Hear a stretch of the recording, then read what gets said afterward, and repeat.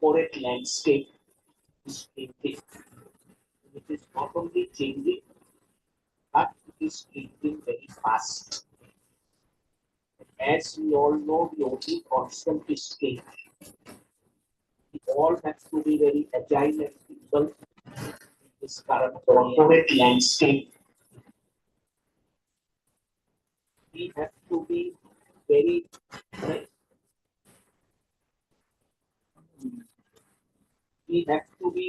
nimble in this current day and age. Internal auditors, the way I see them, are like the gatekeepers. They are the conscience keepers of our corporate entity. They are the people who are closest to the field. I remember my senior partner, Mr. Marega, years back when I was with SP Delimorian, he used to mention that the paper, the records, should be as close to the source of production or to the factory. That was the time when there was no centralization of accounts. Everything was decentralized. The closer it is, when you are near the field, the better that is. Now, of course, we do virtual audits, online audits, but at the same time, we still need to remain grounded. And the internal auditors are the best people who help us remain grounded. They are like the conscience keepers, as I said. They know what is going on. And also, they do the work much before the external auditors come into the picture. They have to adapt to the changing times. Not only the digitization, technology, but even risk management, governance, ESG, sustainability. All these are emerging areas. Then with the change in the business models, people are also becoming more smarter, and not smarter sometimes always in the right way. There are a lot of frauds also which are happening. As we say, sometimes people even use, if I may use the term, their jugaad mentality to try and bypass the systems and controls. So the internal auditors have to be all there to nip things on a timely basis, nip things in the bud on a timely basis. I am sure these and a lot of other aspects will be covered by Mr. Vaidyanathan in this lecture today, and I'm sure you all will definitely get a lot of value from it. Before I conclude, just a brief introduction about the Bombay Chartered Accountants Society. The Vaidyanathan was just asking, but I thought that I will just, for some of you who are not members, the Bombay Chartered Accountants Society is the oldest voluntary body of chartered accountants, which is only 6 days younger to the main institute, the Institute of Chartered Accountants. We were founded on 6th July 1949. So we are 6 days younger. We have just completed our 75th year.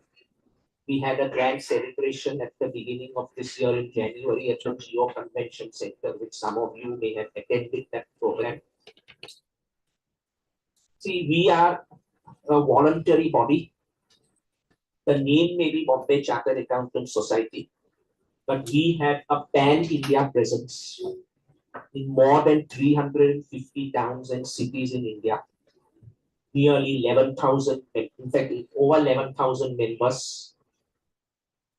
See, we operate through 10 different committees: accounting, auditing, indirect tax, direct tax, corporate laws, international tax, and so on. We also have some non-technical committees like the HR committee, the seminar membership committee, and the journal committee. Each of the committees is headed by a chairman, who is, as per the convention, is always a past president of the society.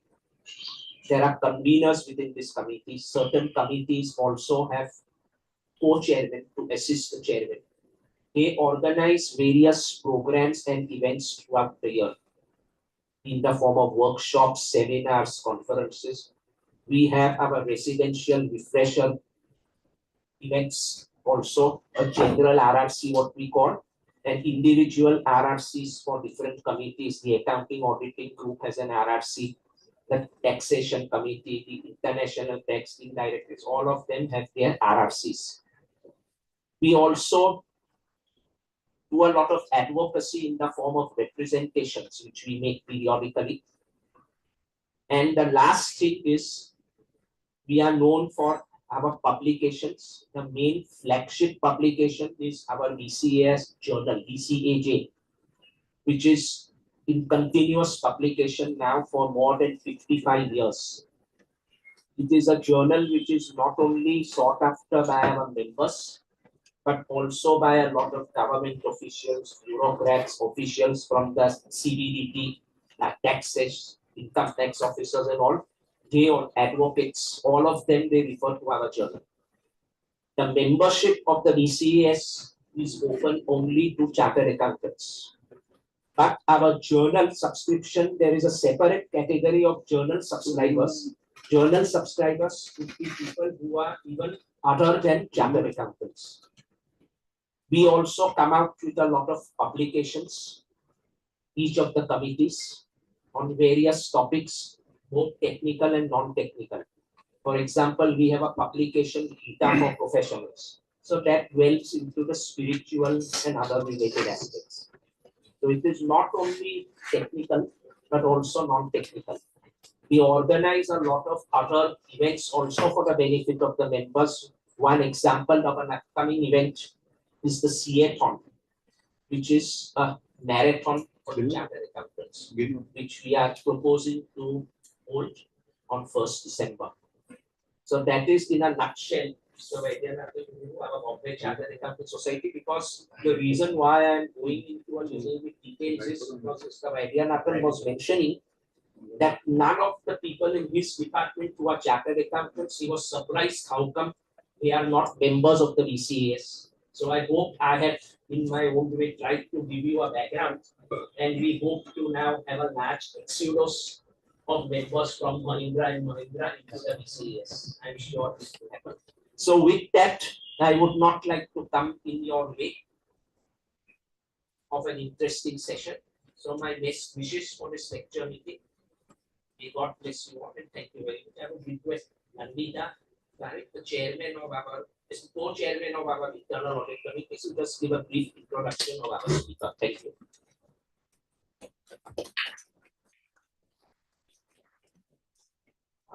Welcome to everyone here, and welcome Mr. Vaidyanathan. My privilege to give introduction for an auditor who's very colorful. Very rare to find that combination. So Mr. Vaidyanathan heads the group internal audit of the Mahindra Group, which itself is a very large conglomerate. What is most interesting is that he has played various roles within the Mahindra Group and outside. He has worked with SEBI as an executive director in charge of institutional investors portfolio.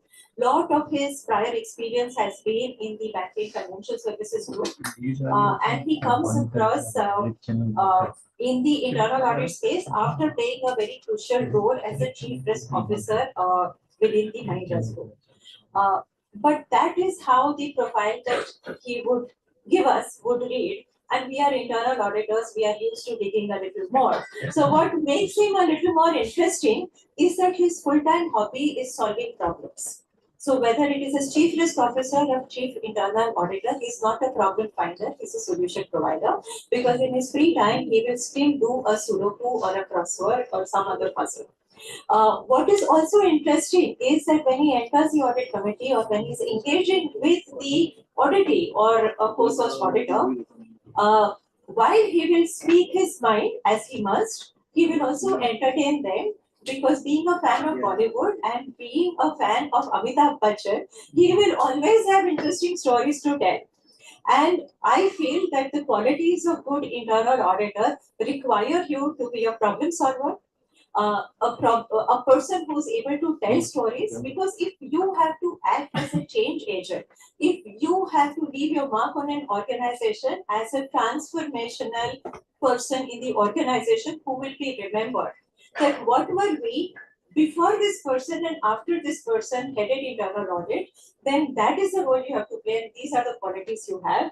With this, I am so very happy, Mr. Vaidyanathan. I never got a chance to meet him when I was working. We were chasing to get some assignment for Mindus. Finally, I said that, as they say, कि don को तो मिलना ही था तो मिलेगा. So with this, over to you, Mr. Vaidyanathan. I will sit in the audience because I want to have a full view of how he was talking. Heard so many interesting things, and thank you to Purvi and to Jasmine for making this session possible by inviting Mr. Vaidyanathan. Our committee collaborates with the managing committee to get interesting speakers, and I think we hold the distinction of getting fresh faces. So earlier, Mr. Nazrat has also spoken in that capacity, first time on BCA platform through our committee, and now we have the privilege of having you. So, yes. And I would now request Mr. Rajesh Muni to give a small memento as a token of our appreciation.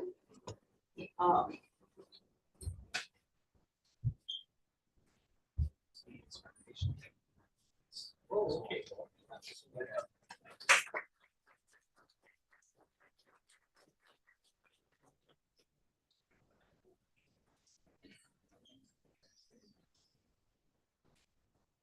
Over to you, and thank you so much.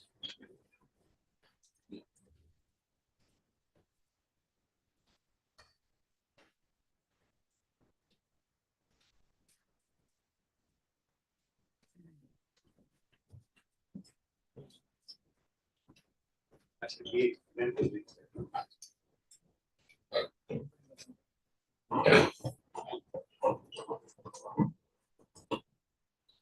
the outset of sorry. At the outset, I want to caution each one of you. You are in for business. So anything that starts on a high, from there has only one way to go, which is down. Those were exceptionally kind words, Mr. Parekh. Not sure it's truly deserving.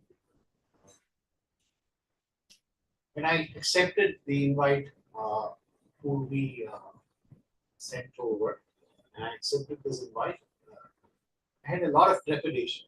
Two kinds. One, chartered accountant. I'm not. So going back to my college days, number of you, it's prehistory.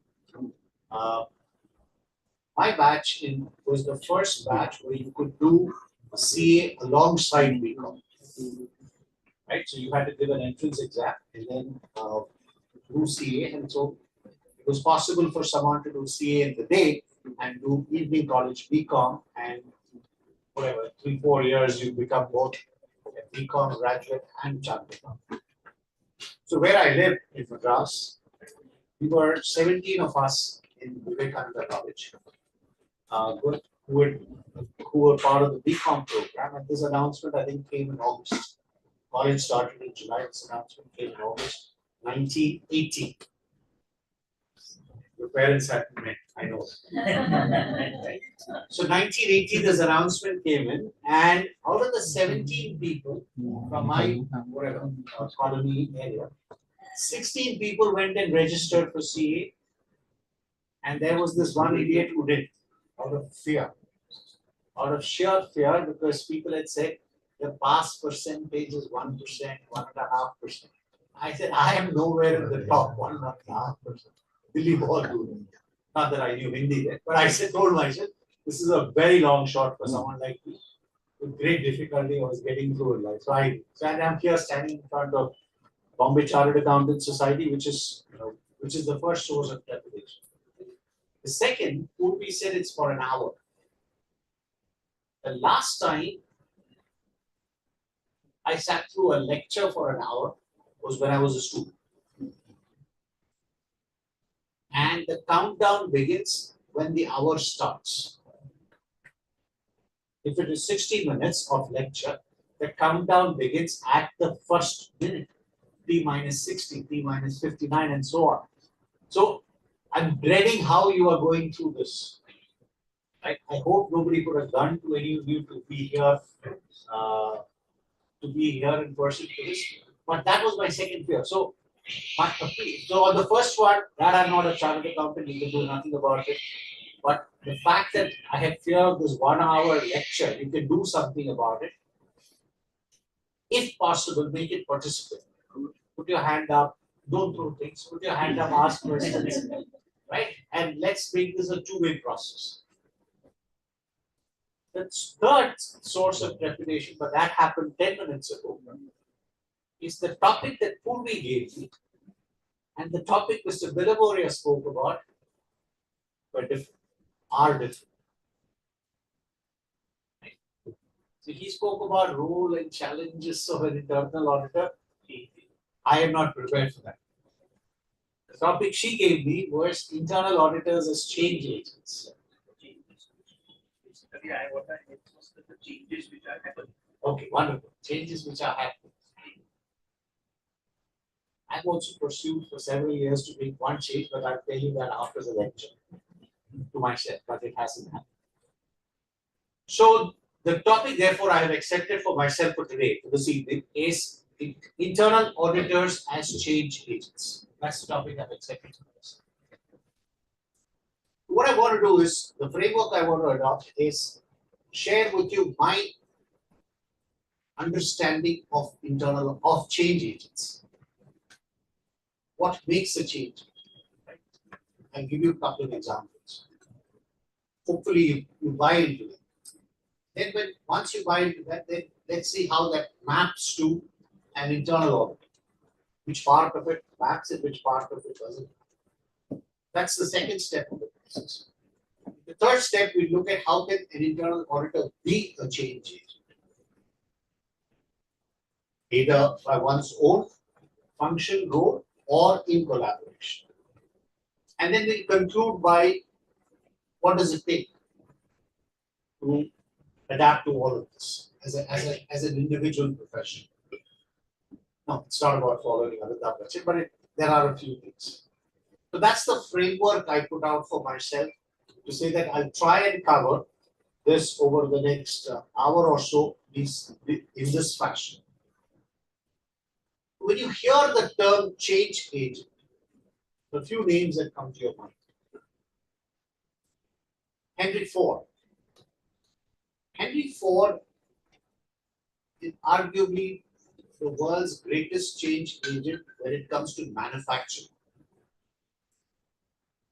Henry Ford, who founded Ford Motors, introduced this concept of assembly line processing, manufacturing. And that assembly line manufacturing, as opposed to custom creation of a car at a single workstation, having an assembly line to produce automobiles was the single biggest transformation, not just to the automobile industry, but to almost every industry that has manufacturing as its core. Henry Ford was a change agent in a different sense. When people asked him, if you're venturing into this automobile in such a big way, have you done any kind of market survey to estimate what the demand would be? Because what was the prevalent mode of transport there? Horse-drawn carriages.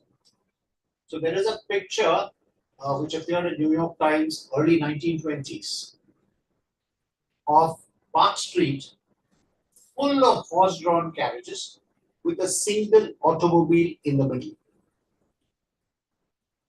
So this board member showed this picture to Henry Ford and said, "You're fighting against the odds." Henry Ford's reply was, if I went and asked people what they wanted, they would have told me, please invent a faster horse-drawn carriage. He was a change agent in terms of transformational thinking. So he was a change agent in a nuts and bolts manufacturing process by introducing the assembly line. And he was a change agent in his transformational thinking. He said, I don't need to ask people when I'm trying to bring about a revolution. Closer home, Mahatma Gandhi, another change agent. An Indian, born in India, but brought up in the professional world in South Africa.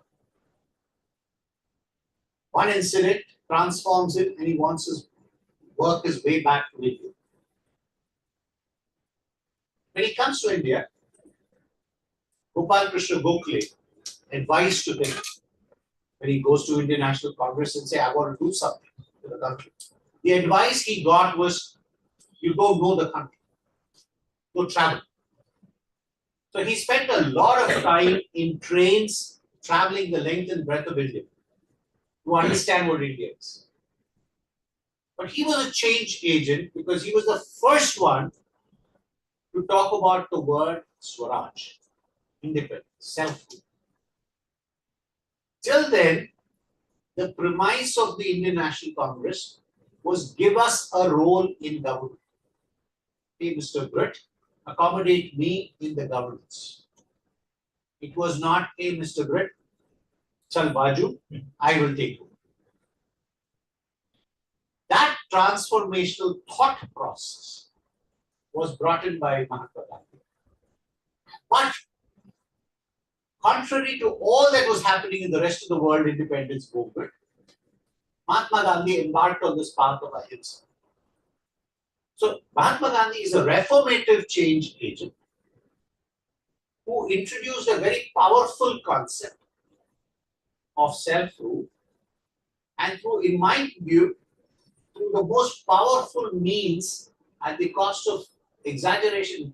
Non-violence is possibly the most violent means because the samne wala, the opposite guy, can't do a thing. If you are steadfastly non-violent, you're not doing anything to the person. So how can I react?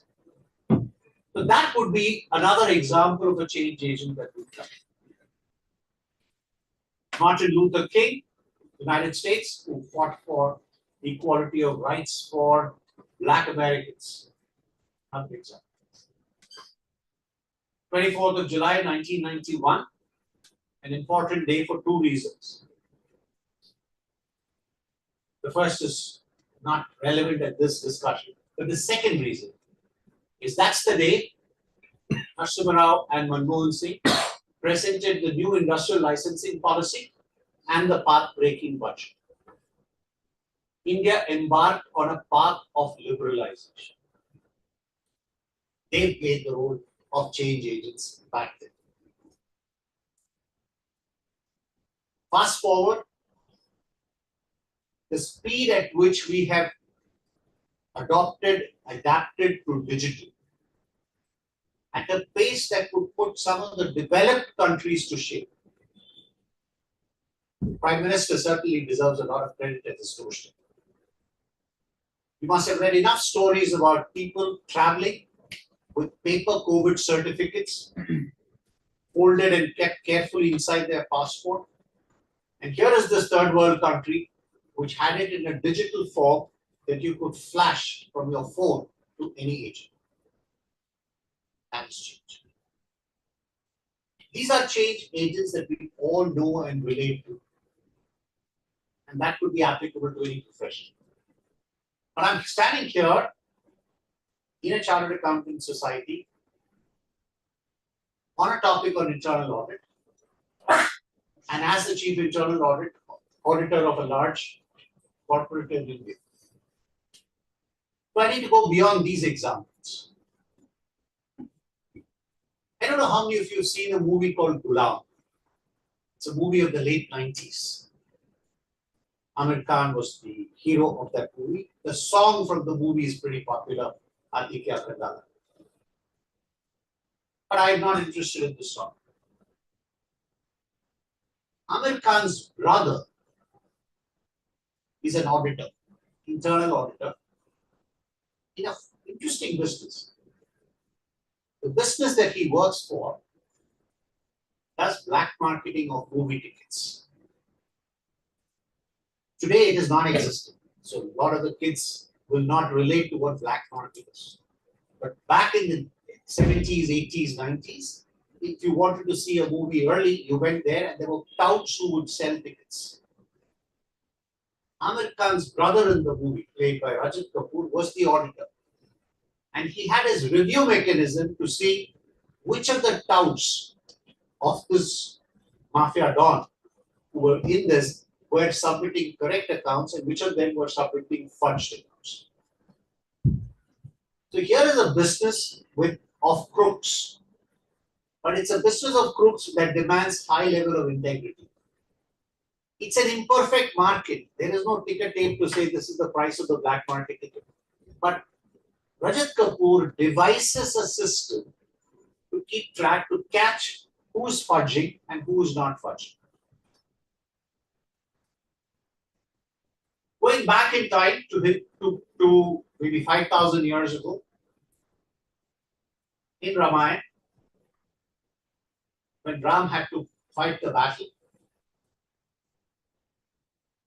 the bridge had to be built. A bridge had to be built, and it was decided to have the monkey army lead the building of the bridge.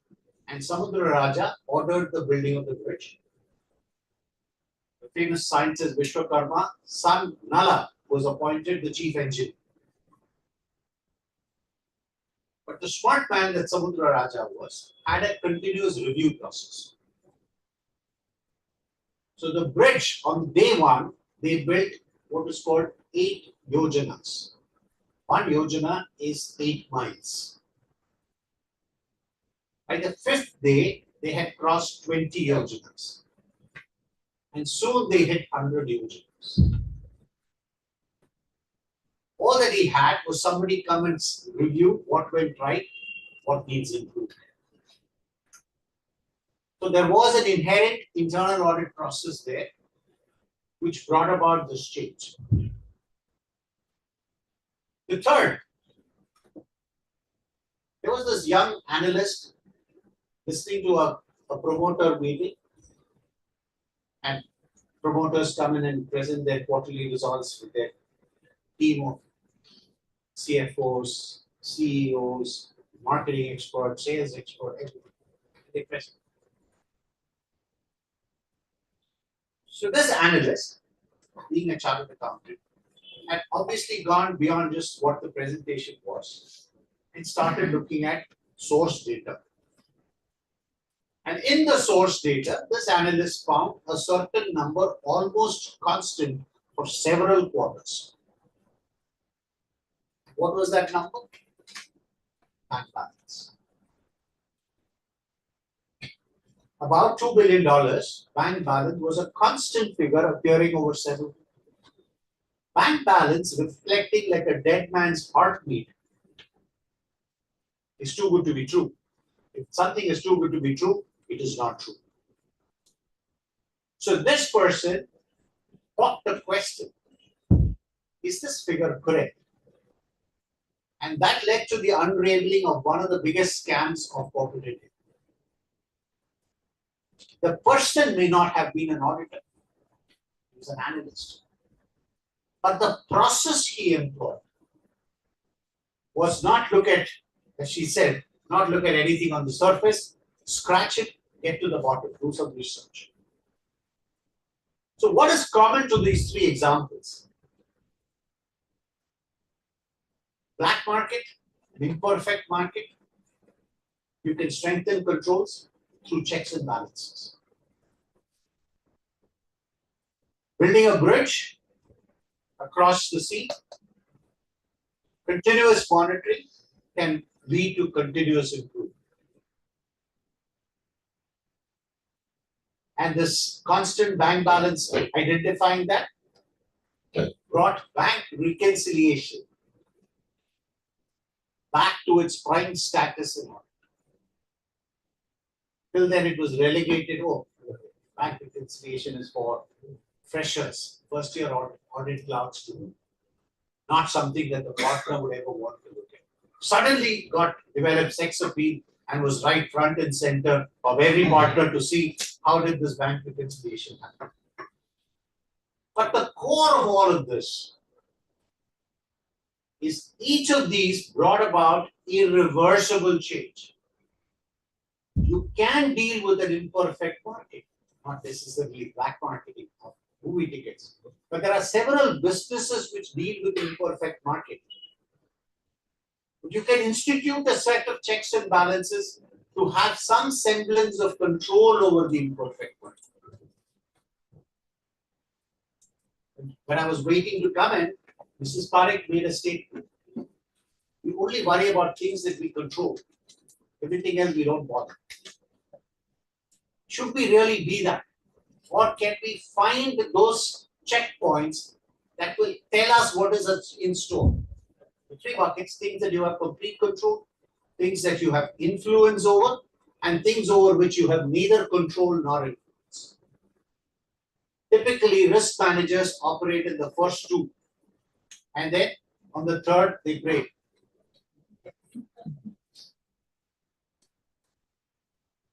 If hope is the strategy, prayer is risk mitigation. You need to have a more considered, rigorous approach to this.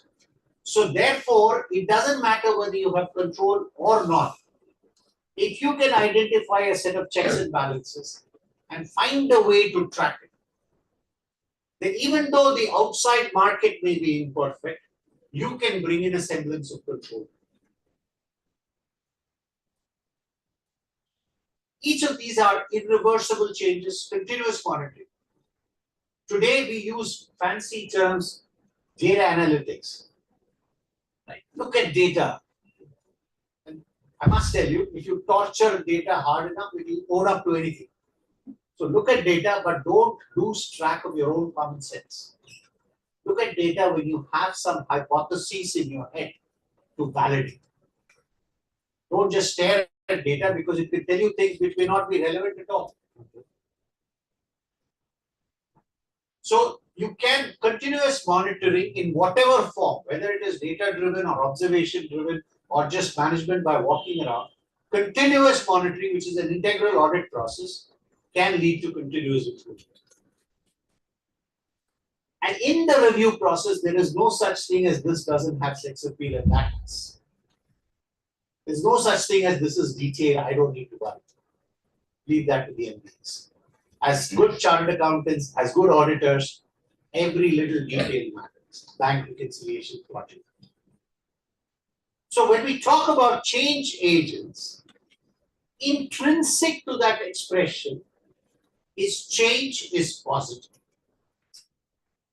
Intrinsic to the expression is change is selfless.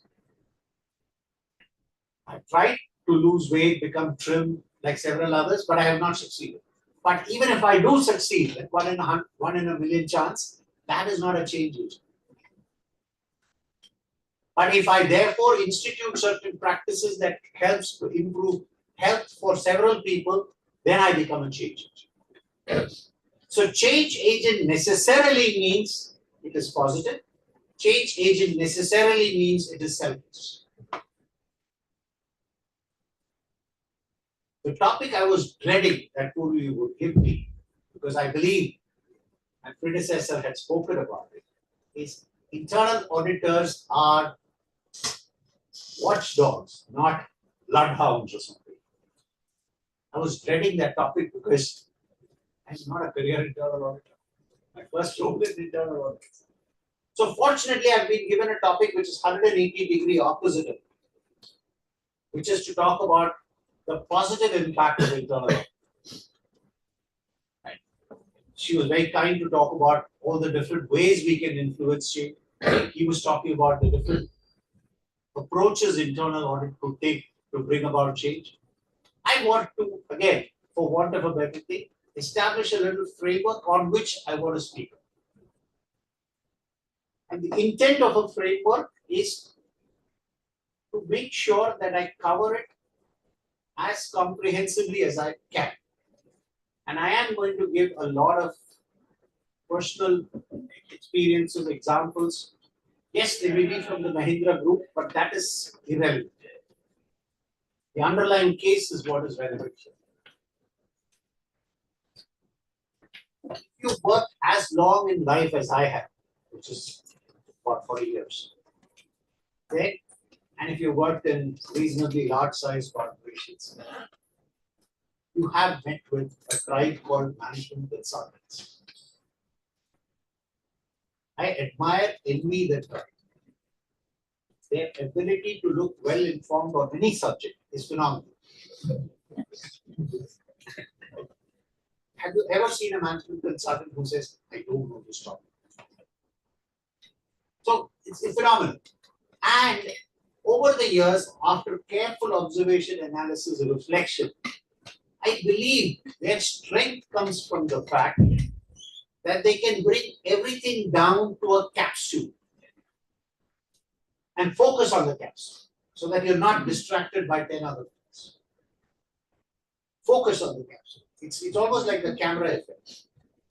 If you've studied how who's that suspense maker, movie maker, the guy who made Psycho, Alfred Hitchcock. If you see his Alfred Hitchcock movies, the camera did the trick. So management consultants have this phenomenal ability to make any subject, however complex it may be, whether it's about safety pins or nuclear reactors, they would bring it down to a capsule or called a framework and then get you to focus on the framework. And that framework is represented by what is popularly called a 2x2 matrix. Heard of it?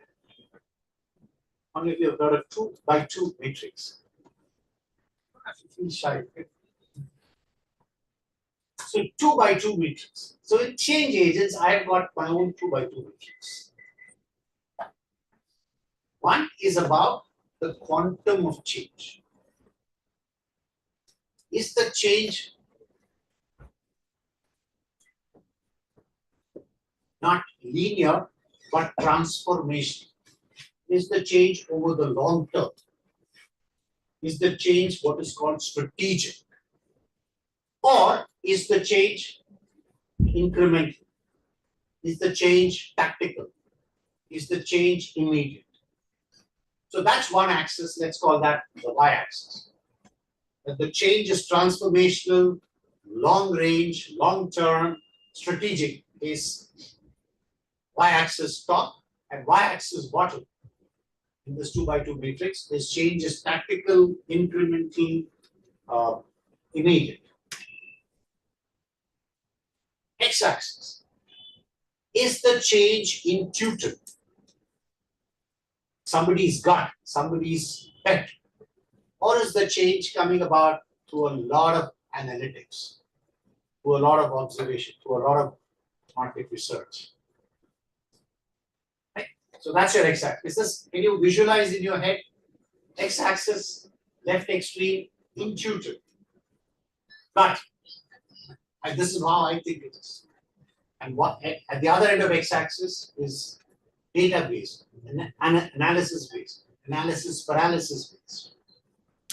That's your x-axis. And y-axis is long-term strategic versus short-term tactics. So change agents can be bucketed into four. So there are four spaces. On top left, where it's completely intuitive and far-reaching, like Steve Jobs. Nobody had thought of that you can just touch a screen. Transformation. He didn't go around asking people, would you like a touch screen? He just went about making the change. That is an example of a change agent, which is on the top left column, who went by his sheer force of his conviction, his belief, his gut, and embarked on a scale that nobody had thought. In a sense, he championed. So on the top left is a champion. We move to the top right. An example that comes to my mind is, you may relate to this, HDFC Bank. I had the privilege of meeting with the management team, again, for the benefit of the kids here, back in the 90s when the bank was being conceptualized. So in that stage, there were two broad buckets, Indian banks and foreign banks. There was somebody who thought about a space called, I want to deliver services like a foreign bank, but to an Indian bank customer. Think about it. I want to deliver services like a foreign bank, which means high-tech, technology-driven, focus on customer service. But to an Indian bank customer, because that's where the volume is. Foreign banks didn't even cater to 0.1% of the market. So you want volume, which comes from where the Indian bank is, but you want high-tech service. That would be a strategist. That would be a strategist. So the top right quadrant would be somebody who sets up a big business plan and backs it with big investment on the basis of an analysis that this is how I can move to become big. The third, somebody more intuitive, but is not thinking too long term, is thinking quick fixes. I'm not going to name any politician example, but politicians, social workers, movie actors, producers, people in art will be there. Because they don't have the patience to wait for the effect to come after 3 years, 5 years. They live Friday to Friday. So I need to do something now that will catch people's fancy and imagination now so that my cash box is big. That's the third point. That's an intuitive person. The fourth quadrant is the one that has the least sex appeal. It has a lot of pouring through data, lot of analysis paralysis, and the impact is not some far-reaching changes, the impact is incremental. And that is continuous improvement. It is that continuous improvement that drives internal audit. So it's not about being watchdog or bloodhound. The positive role of internal audit is it drives continuous improvement. So that's my framework on which I want to appeal to you as to how internal audit can play the role of change agent. But that incremental changes, for it to be a change agent, remember my first set of examples, irreversible.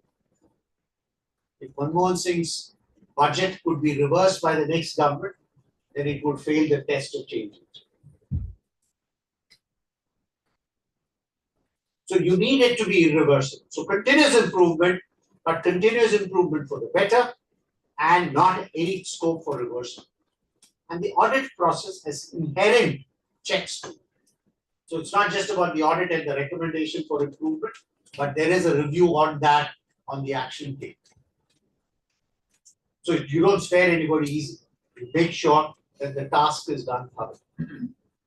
So it is this quadrant, bottom right quadrant of y-axis, incremental, tactical, near-term, x-axis, backed by detailed analysis, review, scrutiny, digging deeper, researching, developing conviction, and back of which making recommendation that shows continuous improvement. That is the forte of change agency that internal audit can. Does that make sense? Now, I'm going to move this to say how we've tried to do that. My experience is limited to one organization because I'm not in a firm or have worked a long life in this, so I'm going to limit it to my experience.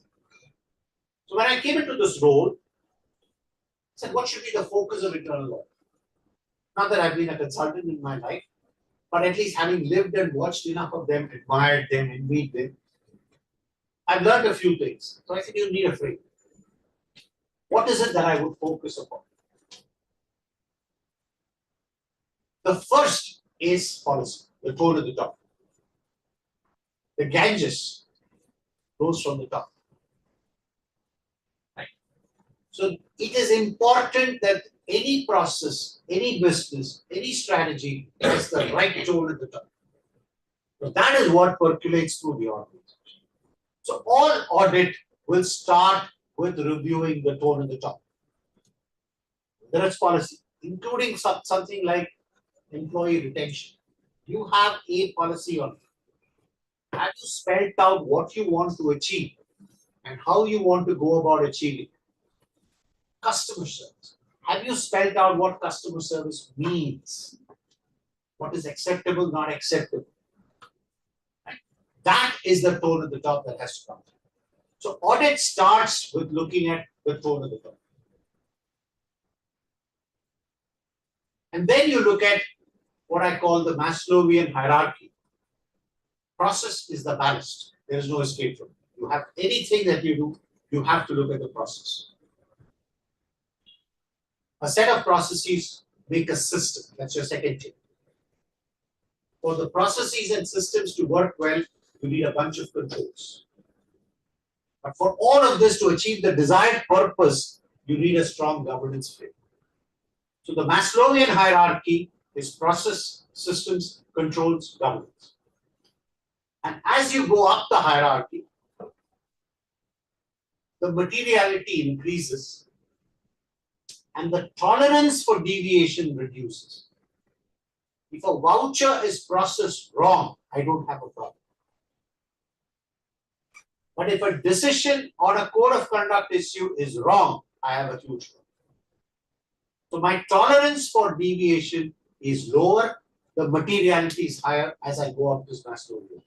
So first I look at the policy guidelines, SOPs, which sets the tone at the top, and then this Maslowian process of process controls or process systems control governance. And that's what I do. When I look at policy, let me give you an example. I hope enough of you remember your 7th or 8th standard geometry. You have done it most recently, you should remember. You have this concept of theorems and riders, theorems and corollaries. So one of the things is about proving hypotheses. 2 points determine a straight line. But if you have to prove collinearity, you needed 3 points. You never proved it with 2. You have to prove it with 3. And this is where policy comes. And this is where it's very important. You will see a lot of business managers, CEOs stand up and pronounce to the world, we have zero tolerance for this. We put a lot of emphasis on customer service. We are a completely customer-centric company. We deal with complaints in 24 hours. That's the posture. We encourage in recruitment, we encourage diversity. It's a great statement to make, right? So I call this posture. This is what you purport to be to the outside world. That's your posture. And who is watching this? Your consumers, your stakeholders are watching you make these pronouncements. And then you write a policy on what defines customer service. That if an automobile comes for repair, I have to turn it around in 24 hours or 48 hours. And then you have a practice, which is 60% of the cars are done in 48 hours, 20% are done in 72 hours, so on and so on. So that's practice. So going back to geometry, you want to track the collinearity. The collinearity between posture, which is what I purport to be, policy, which is what I have spelled out as how I want my customer service to be, and practice, which is what I actually do. The day, and it's only internal audit, I can tell you this. It is not the CFO, it's not the strategy manager, it's not the stat auditor. The standard auditor doesn't even look at these. None of these guys can comment on this. It's only the internal auditor who can comment on this. And that's how you drive change. You drive change by saying either you align what you're doing to what you claim to be, or talk less. And internal audit is a function that can speak up. It's not bothered about anyone. It can speak up. Right? So that's the collinearity point. And that's why I start always with policy and then try and see how it has been presented to the outside world. It could be a consumer, it could be to government, it could be to other stakeholders. We respect supply chain. I'm sure you've heard a lot of people use that expression. We respect supply chain. Go to the weakest elements of the supply chain, which is your unorganized sector. And then try and see, have you demonstrated the same development goals, sustainable development goals with this segment as you have with others. Right? So you can be a change agent by driving your activity to reduce the gap between posture, policy, and practice. Shifting gears to systems. One of the most important things for an organization is one source of truth. And it's when I came into this role, I said, well, that's obvious. There has to be only one source of truth. But then I realized that there are several, I think you will use that expression, smart people within quotes, right? Too clever by half. Several clever people who have this principle of running multiple systems. And I tell people openly, this stopped, even Bollywood movies stopped this in the 70s. Government ke dikhane ke liye ek set of books, taxman ko dikhane ke liye ek set of books, labor union ke dikhane ke liye teesra, BV ko dikhane ke liye chautha. Right? Multiple sets of books depending on who you wanted to show what. This country has moved from there. So there has to be one source of truth. Whatever be the business you're in, there has to be one source of truth. And the only people who can drive that change are not the IT folks who can claim to be. Stat auditors, again, far away from this. They don't care. They deal with what is given to them. And then they have this overarching sentence, very strong management representation. Such an easy profession. Okay. So, one source of truth becomes important to make sure that everybody in the organization is looking at the same data. Imagine, and I'm not taking the name of a bank, but there was a bank which had an entire business running on a separate set of books, separate system altogether compared to the main bank. And at the end of the day, that separate set of books would give 2 entries for the balance sheet and 2 entries for the P&L. How many new assets? How many repayments? How many fresh loans? How many repayments touching the balance sheet? How much interest received? How much interest paid? 4 entries from this big block of consumer business to the main banking system. There's no one source of truth. How do you validate? And this one source of truth, then, therefore, like a theorem and corollary, has its own subclasses. The entire organism, one of the good things about ERPs is transaction type. I have to perforce use a certain transaction type to make sure a certain control is validated for that transaction. So a difference between goods coming in through the door and goods used for production is different from missing stock. So if I use the wrong transaction type, I miss the wrong set of controls. And the only people who see this are internal auditors. Let me tell you, there are times when I wonder, are we really third line of defense or are we the first? The only people who check these 3 data points and see that, have you used the right transaction type? Because for everybody else, this is inconsequential. I'm interested in production declaration. I'm interested in passing entries and closing the books. Which transaction type have you used? Is it material? Right. So that's when I gave one Bollywood. जाओ उस आदमी का sign लेके आओ जिसने ये transaction type बनाया. Why did he make this transaction types as different? उसके बाद talk to. So systems are extremely important to make sure that there is one source of truth, and that one source of truth in all its subcomponents are respected pan-organization.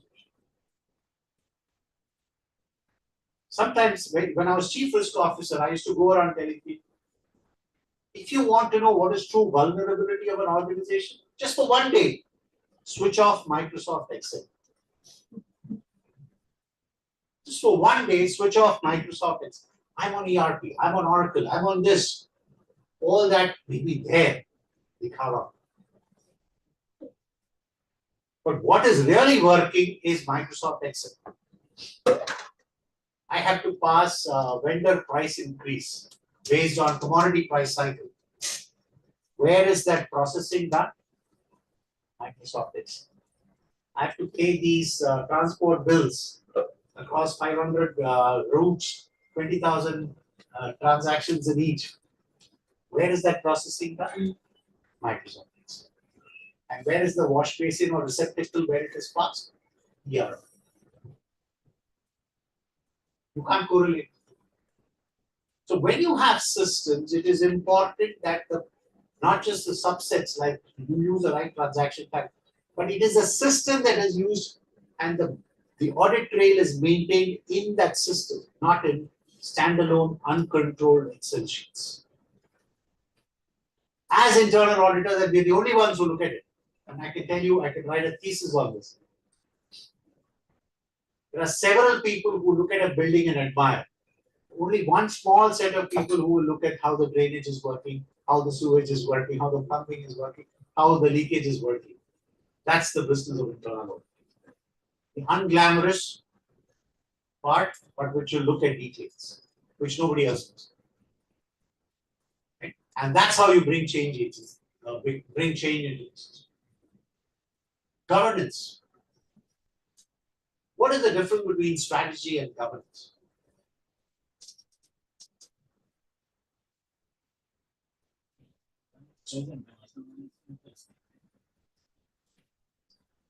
Okay. It's present, the other is future.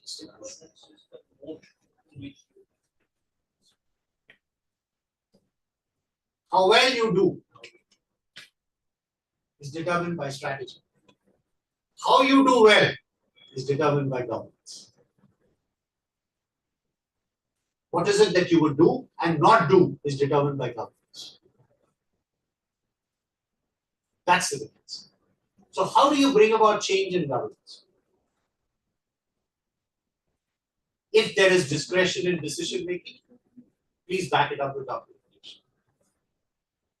Because there has to be a verifiable audit trail to say that this single vendor is the only one I could find for this service.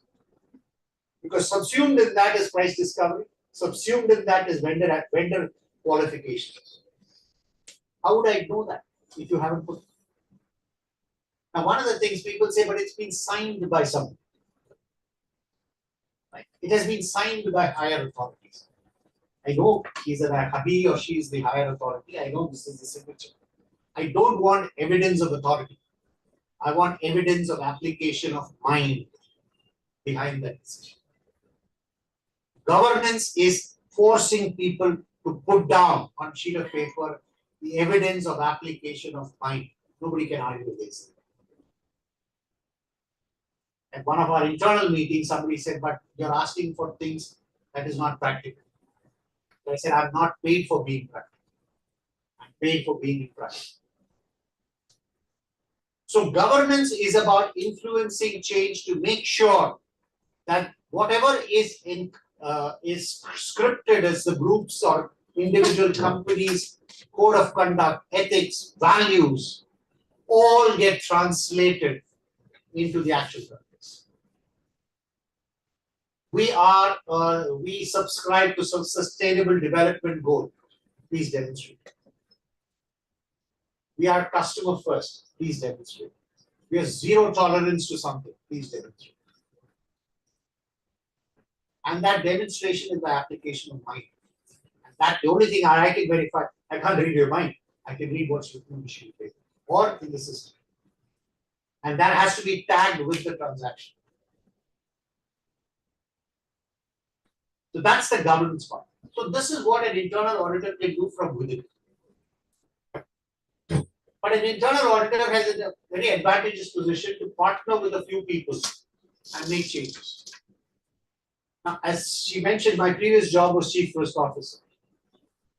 So one of the things I would display in my presentation is, since I represent an automobile company, is the contrast between risk and internal audit. So that beautiful windshield looking into the future is risk management.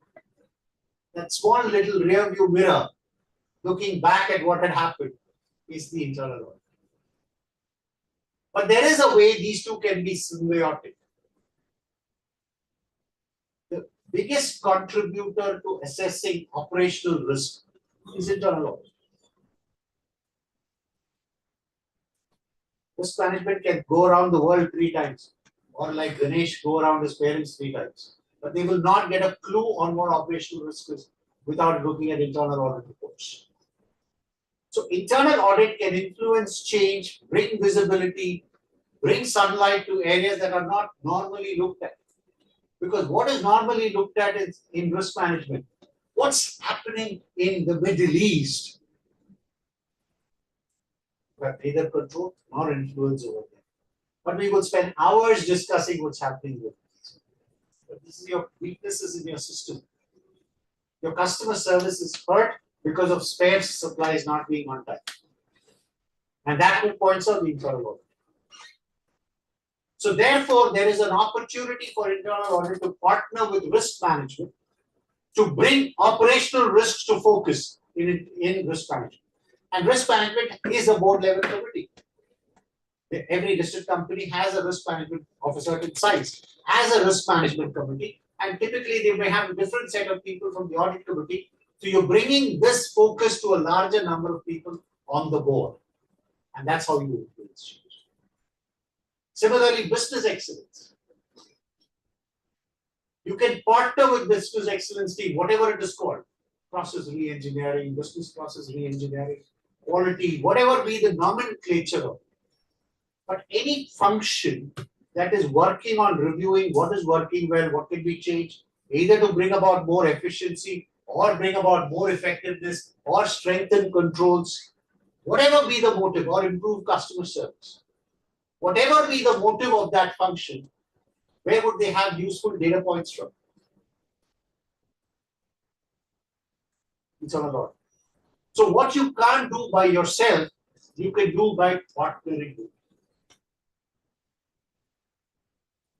Finally, what is incumbent on a change agent? Mahatma Gandhi. Be the change that you want to see in the world.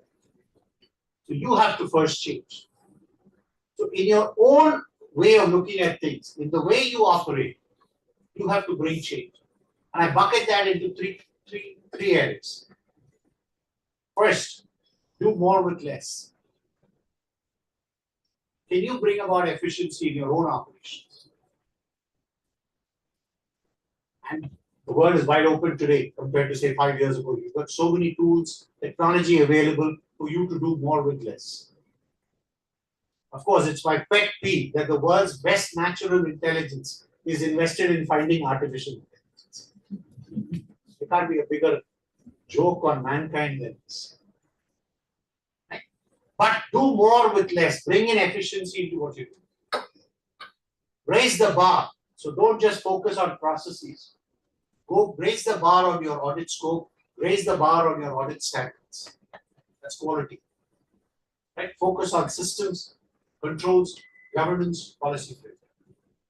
Raise the bar and add value. Audit has no independent intelligence. So there is nothing which tells me this is right and that's wrong. But if I'm auditing both, I can compare the two and say this is your benchmark. Add value by presenting thought papers, add value by presenting comparative notes, best practices, benchmarking papers. So unless you demonstrate the change yourself, there will be no credibility with the rest. Because I keep saying that you need to do both. You need to walk the talk and you need to talk the walk. The second is not well appreciated. You need to walk the talk by conducting those at yourself. And you need to talk the walk. You speak from your conviction on it. If you can combine these, then it will augur well for each one of us as individual professionals to drive change. With that, I present my lecture part, open to any questions you may have.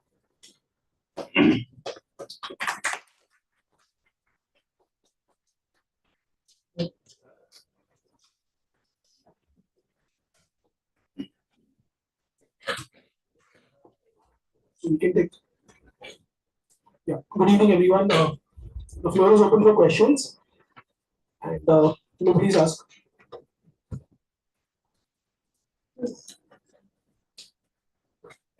The shift in your automobile industry, from a say petrol-based vehicle to a electric one, would it be considered as an agent of change? It is considered an agent of change because that change is driven by environment considerations. Right? But it is, like she said, it will be scratching the surface.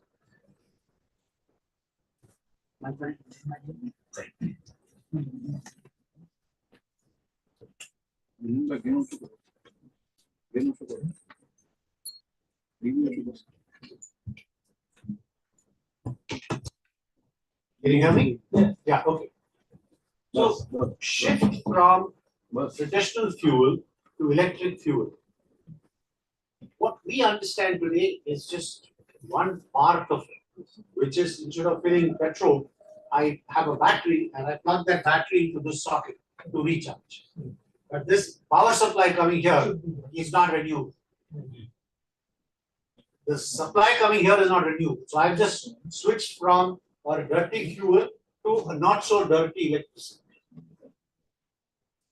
So that's not the full gamut of change.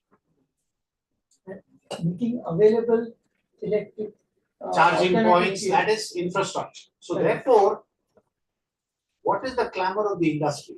This is not any one individual player's game. Just think about it 20 years ago or 25 years ago. I was one of those guys who, because BPL was our client, I was at Morgan Stanley, and we got the first cell phones in the country. There were two things about it. One, if you spoke for a minute, it was 32 rupees. 1995 value, not today's value. So today's value, 32 would become whatever, 32,000, right? Or 3,200 if not more. Right? So 1 minute was 32 rupees. And two, the instruments looked like weaponry. You could kill somebody. A whole lot of players, including the government, participated in the revolution. Which is why it said that what India could do with landline, it achieved with cell phone, and adoption and adaptation far faster than most countries in the world. Right? So this change for the automobile industry is not in the hands of anyone. So if you take battery, for example, there are two principal types of batteries. But those batteries, the supplier of that battery or the supplier of the components or ingredients of that battery is controlled by a handful of people around the world.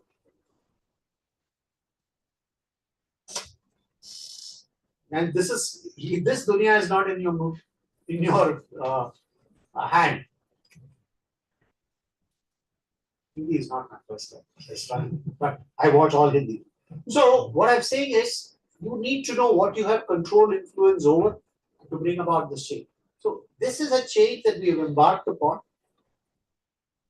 But it has to hit a tipping point when all of us will be part of this.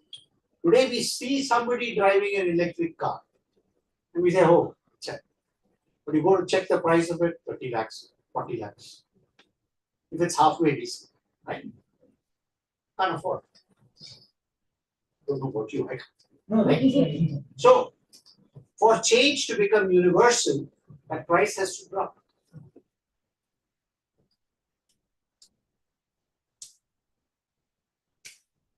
So we're in the midst of a change, but it's a longer range process than you and I know.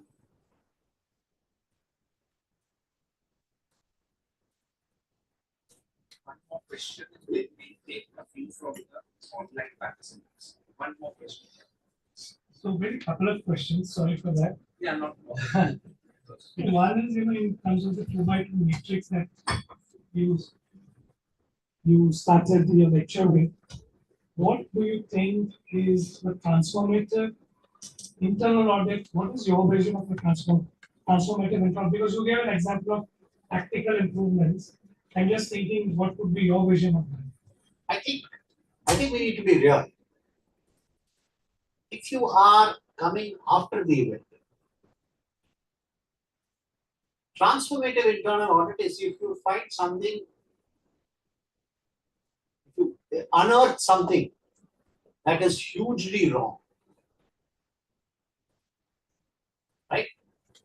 Otherwise, internal audit to me has to focus on small bits of improvement across processes, across systems, across functions. I would shudder to think that internal audit, unlike say strategy. Strategy can think of far-reaching changes. I'll be nervous if a controller says I can think of far-reaching changes, but don't quote me to any controller. Controllers have to be conservative. So necessarily, far-reaching transformative changes are in the realm of innovation, invention, discovery. Internal audit is not. But you may find a wrongdoing, a bad practice, or a weak control that you bring to the fore. Right? So a business is going on that there is no knowledge about the business in any board resolution, and you highlight it. Right? I don't think that is transferable. You're just bringing in good governance there. So I'm not sure in terms where the tools you use for internal that can make your process more efficient. And what you can't humanly cover, you can cover through technology. But the impact that you would bring, it is not how you do things. It is the impact that you bring onto the other person. Right? That is incremental. Let's say if you're a bank with 5,000 branches and you have scanned data across 5,000 and brought about original signature seen but not verified as an audit point. Today you may point it out looking at a sample of 100 or 200. Tomorrow you can point it out by saying the universe is the sample. You have just expanded the process, do more with less. Is that a transformation impact on the business? My view is no. Transformation impact is something that's strategic. This is a tactical issue. First or second question? I think both your answers. Thank you. We can take a few online questions. No, here's a question. She has a One more, question. one more. No, please don't say no. I said, First of all, you have said that for the internal audit, first process is like SOP. So the policy should be there in the company. But in not like in a bigger company, but in the mid-sized company, we have seen that the policy are for the name set. The HOD, whenever there is like any as per the not line with the policy, then HOD said, "आपको तो मालूम नहीं है सब ये सब तो ऐसे ही होता है." But then how to convince the management that SOP is the first step for the internal audit? So I'd say that, look at me. Can you think of somebody who can look more idiotic than I am? I am one unit down. I have no independent intelligence. So if you don't tell me this is the norm, What am I going to validate your actual practice against? And then leave the scary thought behind. If you don't say, then you may force me to say what is the norm. And then you will be uncomfortable. So better you say than I say.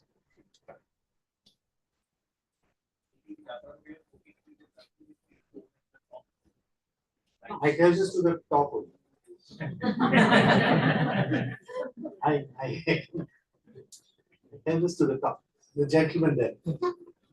Hello, sir. No, your question has to be heard by online audience. Hello, sir. This is Vijay Kulkarni from Kirtan and Pandit. So, sir, my question is, how do we change the perception of the management towards us from internal auditors to trusted business advisors? Difficult question to answer. If you walk the talk and talk the walk, people will take you seriously. Interesting. Today was M&M audit committee, so I finished that, jumped into the car and came here. And Mr. Manoharan is the chairman of the audit committee. And I've been dutifully going and presenting every quarter. I think if you are perceived as somebody who talks the walk and walks the talk, then there is credit.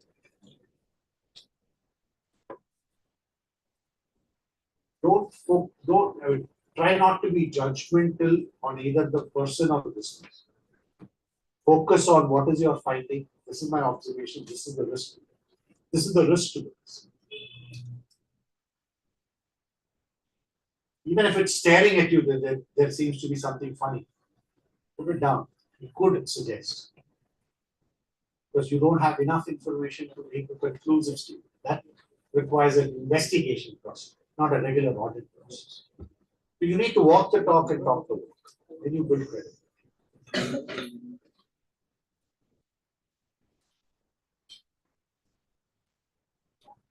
Anyone offline?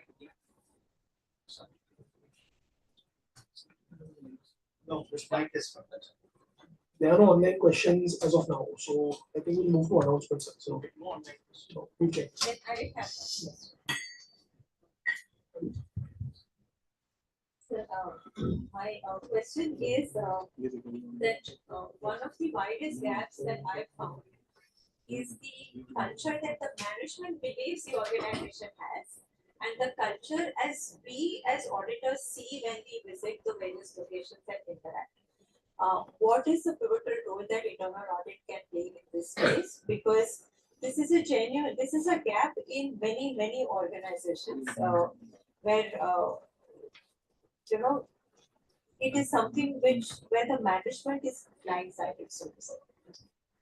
Again, it's so let me. One of the things we introduced in HR internal audit. When I came in HR internal audit was called payroll audit. So I said that, remember, I love management consultants, I've learned so much from it. So I said, therefore, I need to have a framework for HR. So said, therefore, let's look at employee life cycle. There's manpower planning, not manpower, headcount planning, resource planning. I was beaten up the other day when I used the term manpower. So it's headcount, resource planning, and recruitment, onboarding. So the person is on the seat. Then there is the payroll administration part. Then there is the retirement separation part. Then there is the ongoing life cycle, which is about leave, benefits, promotions, training, performance assessment, all of those. So we put them into separate buckets for all. And then we kept compliance completely away from us, all the compliance with laws, because that is reviewed by somebody else. HR head, you stand in front of the HR head and say, in the sample survey, out of this department of 210 people, 74 people worked 11 hours. What are your time check-in, check-out? 62 people work 12 hours. 15 people.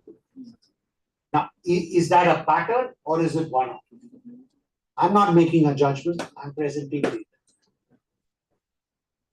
So, what is the standard statement of liberal-minded CEOs? We encourage our employees to maintain a healthy work-life balance. I can't go and disprove it by English language. I can only disprove it by data. Narayan Murthy once famously said, I too believe in God, but for everything else, please bring data to the table.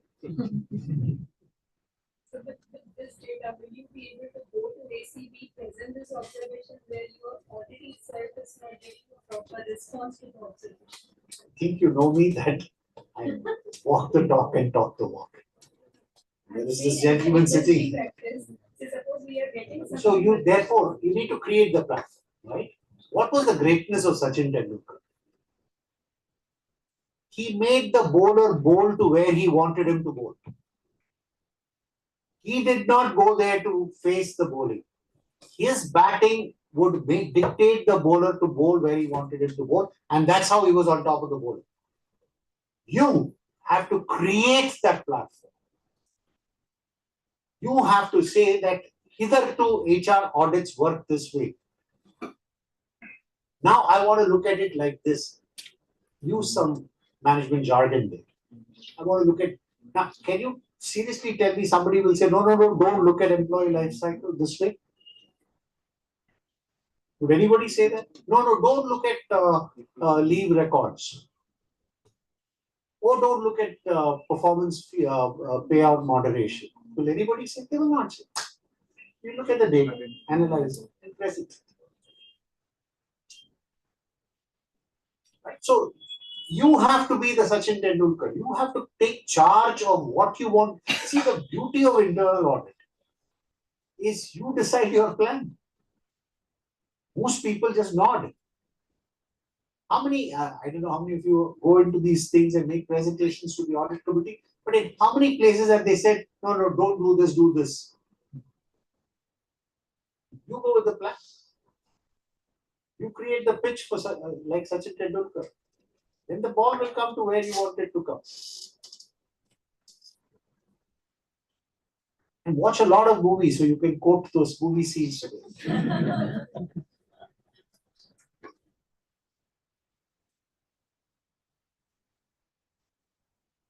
That's it. Thank you so much. I invite our honorary treasurer, CA Mandar Tilang, to kindly make the announcements for the society. Yeah. Thank you, Samit. Sir, since I have joined this event online, I can't resist but to make one expression on behalf of more than 100 viewers who have watched this particular session, to just say that for a person like me who is non-technical, I am a tax subject matter expert, but I am not into the internal audits. But even for me, the way you have lucidly explained some of the concepts of internal audit, I didn't realize when this 1 hour went by. So thanks a lot for that wonderful session. Obviously, the formal vote of thanks will come to you a little bit later. I come down to the announcements. In the interest of time, I'll only make a few announcements, although I have got a lot of announcements to make. But the immediate first announcement being our lecture meeting. The next lecture meeting will be held on 4th of December. That will be a lecture meeting on deciphering the current states of Indian capital markets, and it will be taken by Mr. Nilesh Shah. This lecture meeting is again free to all, and it will be in the virtual mode. As far as the direct tax is concerned, our next workshop, a full day seminar on the demystifying VSV2 will be held on 14th of November. This will be in the physical form and it will be held at Babubhai Chinai Hall at IMC. It is a paid program for members as well as non-members. As far as the indirect taxes goes, we have got a full day workshop on recent developments in the GST, which will be held on 23rd of November. This is again a paid program for both members as well as non-members, and it will be made in the hybrid form, that is physical as well as in the virtual form. Our next event, another interesting workshop, NPO Conclave, will also be held on 29th of November. Again, it is for members as well as non-members, and it will be held in the physical form at Mayor's Hall, Andheri. And the last announcement, our RRC, the Residential Refresher Course, 58th, that will be held from 26th of February to 1st of March. The subscriptions enrollments are going on. It is on first come first serve basis. So I request those who are interested in attending this course at Lucknow, you may check our websites. All these programs are listed on the websites, and you can definitely enroll yourself by clicking on the relevant link. Thank you a lot. I request Ashutosh to give a formal vote of thanks to Mr. Vaidyanathan. Thank you.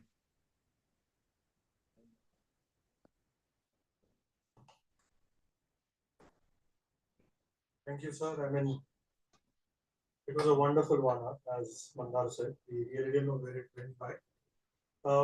I think one of the things which the lady asked also on how to tackle, and if you permit, I'll give my 2 bits onto it. Please.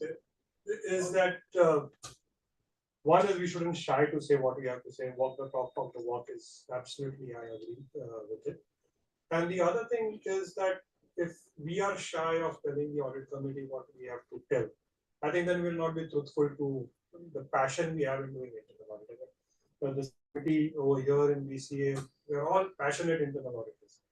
That comes in, I think, like any other task which you do, be it stat audit, internal audit, management consulting, funneling into the capsule, which is, I think we need to be passionate about it, and we find our own answers of how to tackle with that situation.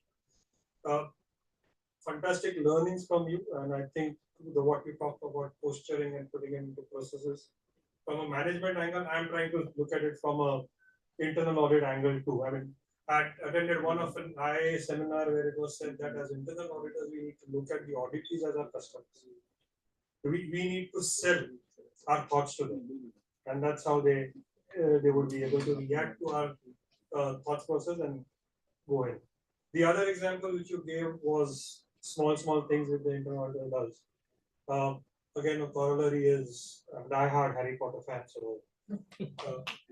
So like the elves which come up and just put the food on the table. I think internal auditors are like that, and we have to be invisible, and we'll just be able to deliver what it comes in. I mean, that's been really fantastic. And last one, sir, like you, I too am a film for buff. So I think it's jo dar gaya wo mar gaya. I'm just saying that if you don't walk the talk or you don't talk the walk, internal audit will not be effective. Fantastic delivery, and I'm sure all of us will go back with great thoughts on how to build up our own internal audit areas. Thank you so much. Our tradition in BCA,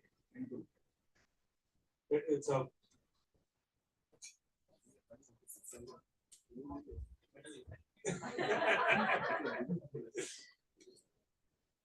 that's the journal and the photograph. Thank you so much. I think you deserve a round of applause.